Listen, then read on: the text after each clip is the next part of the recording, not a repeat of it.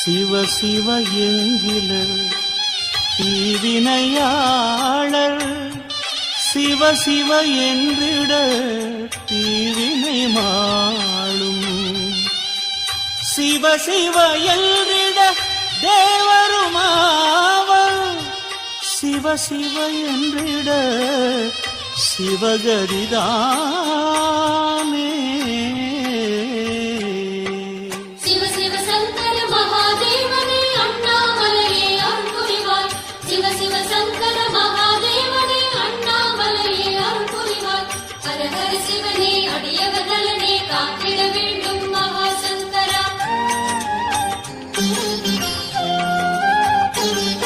ஒரு மலை முடியேறி சுடர் விடும் ஜோதி என வரும் ஈசா சரணமையா